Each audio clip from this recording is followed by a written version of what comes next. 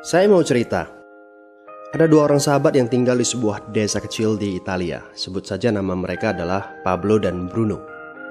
Mereka adalah anak muda yang memiliki impian yang tinggi. Mereka sering berkhayal bagaimana kalau suatu hari nanti mereka menjadi orang terkaya di desanya. Keduanya merupakan orang yang sangat ambisius.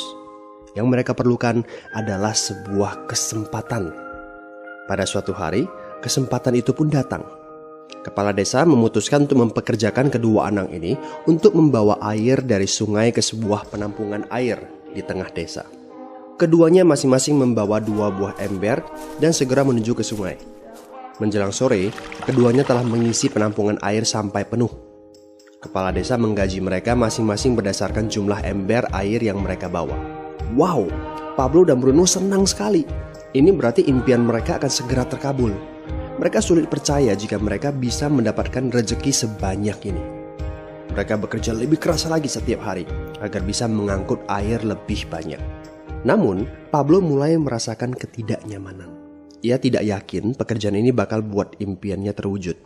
Punggungnya nyeri dan kedua telapak tangannya lecet-lecet. Kian hari, kian takut saat harus pergi bekerja. Ia pun mulai berpikir keras mencari akal bagaimana caranya membawa air dari sungai ke desanya. Aha, Pablo mendapatkan ide. Bruno, saya punya rencana. Daripada kita mondar-mandir bawa-bawa ember setiap hari, kenapa kita nggak sekalian aja buat sebuah saluran pipa dari sungai ke desa kita? Saluran pipa? Ide dari mana itu? Seru Bruno. Kita udah punya kerjaan yang bagus, Pablo. Saya bisa bawa 100 ember sehari. Saya akan jadi orang kaya. Di akhir minggu, saya bisa beli pakaian baru. Pada akhir bulan, saya bisa beli seekor sapi. Dan pada akhir tahun, saya bisa bangun sebuah gubuk baru. Nggak ada kerjaan sebagus ini di desa ini. Setiap minggu kita bisa liburan. Setiap akhir tahun, kita berhak cuti selama 2 minggu dengan gaji utuh. Kita akan punya hidup yang layak. Jadi buang jauh-jauhlah pikiran untuk bangun saluran pipa. Tapi Pablo tidak putus asa. Ia akhirnya memutuskan untuk bekerja paruh waktu. Ia tetap bekerja mengangkut ember-ember air. Separuh waktunya, serta di akhir pekan, dia luangkan waktu untuk bangun saluran pipanya. Hal itu tidak mudah. Penghasilannya otomatis menurun dan dibutuhkan waktu 1 hingga 2 tahun sebelum saluran pipanya bisa menghasilkan sesuatu yang berarti. Bruno dan orang-orang desa mulai mengejek Pablo. Dia menyebutnya Pablo si manusia saluran pipa. Bruno yang berpenghasilan hampir 2 kali lipat dari Pablo terus memamerkan barang-barang baru yang berhasil ia beli. Sapi, keledai, pakaian, sepatu baru, gubuk bertingkat 2. Bruno bisa makan mewah di kedai. Orang-orang di desa menyebutnya Tuan Bruno.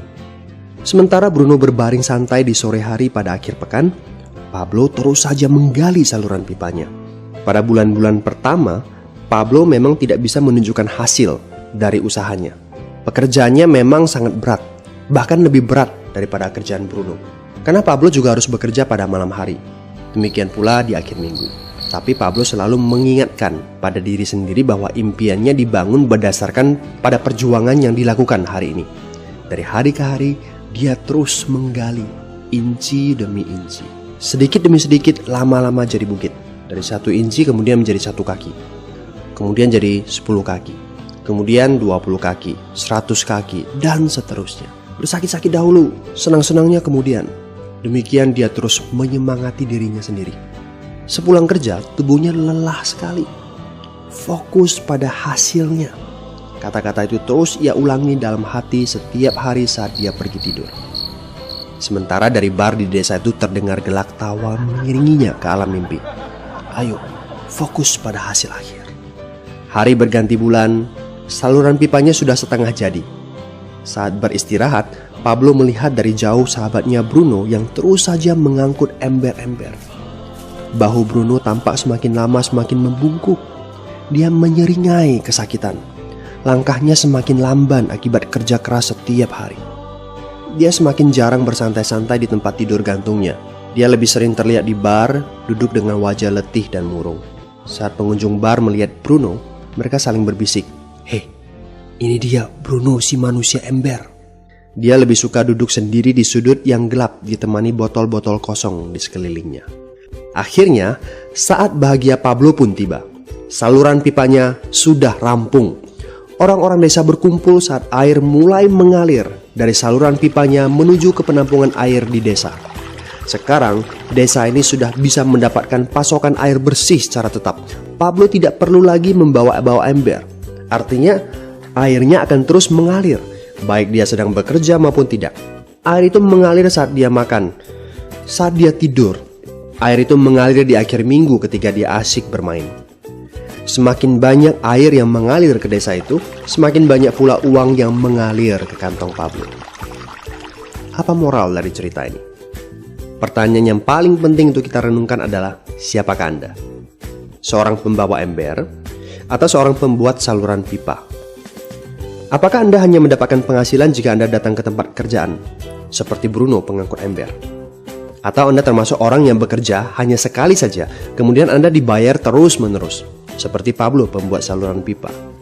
Jika Anda termasuk orang kebanyakan, itu berarti Anda bekerja dengan menggunakan pola pembawa ember. Anda membarterkan waktu untuk mendapatkan uang. Maksudnya, bekerja 1 jam dibayar per jam, bekerja 1 bulan dibayar per bulan, bekerja setahun dibayar per tahun. Masuk akal kan? Masalahnya, dengan sistem pembawa ember, masuknya uang akan berhenti saat kita berhenti bawa ember. Artinya pendapatan kita hanya sementara alias tidak langgeng.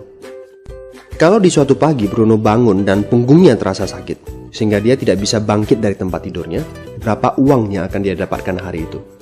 0 besar. Fakta yang harus kita sadari adalah kita tidak bisa bekerja selamanya karena faktor usia dan kesehatan. Jika kita tidak sanggup membarterkan waktu kita, maka kita tidak akan mendapatkan uang. Pablo jauh hari sudah menyadari keterbatasan ini. Karena itulah dia langsung berpikir untuk menciptakan suatu sistem yang memungkinkan dia untuk terus mendapatkan bayaran baik dengan cara barter waktu ataupun tidak. Pikirkan ini. Bagaimana dengan Anda? Anda mau apa kalau besok penghasilan Anda berhenti? Apa yang akan terjadi kalau Anda dipecat? Apa yang terjadi kalau kemudian Anda sakit atau cacat sehingga tidak bisa membawa ember lagi? Bagaimana seandainya perawatan kesehatan yang mendadak yang harus Anda jalani menghabiskan uang tabungan Anda? Apa yang terjadi bila uang tabungan Anda itu langsung menguap dalam semalam? Kalau penghasilan Anda berhenti besok, untuk berapa lama Anda bisa membayar hipotek Anda? Cicilan rumah, mobil Anda, ataupun untuk biaya sekolah anak-anak Anda? 1 tahun, 6 bulan, 3 bulan, atau 3 minggu? Jelas. Apakah Anda bekerja sebagai penyapu jalan, bekerja di kantor, punya jabatan tinggi, atau memiliki toko, seorang profesional di bidang tertentu, tetap saja Anda membarterkan antara satuan waktu dengan satuan uang. Apakah dengan cara demikian Anda akan aman? Satu-satunya jalan untuk menciptakan keamanan yang sesungguhnya adalah seperti yang dilakukan oleh Pablo, yaitu membangun saluran pipa saat Anda masih bekerja sebagai pembawa ember. Dengan membangun sebuah saluran pipa, Anda cukup mengerjakan pekerjaan sekali saja, capeknya sekali saja, tetapi Anda akan dibayar terus-menerus. Saluran pipa ini akan memberikan Anda penghasilan walaupun Anda sedang tidur ataupun Anda sedang main. Penghasilan ini juga akan terus Anda peroleh setelah Anda pensiun, pada saat Anda sedang sakit ataupun cacat sehingga tidak bisa bekerja, dan juga dalam situasi darurat. Inilah yang disebut sebagai penghasilan pasif.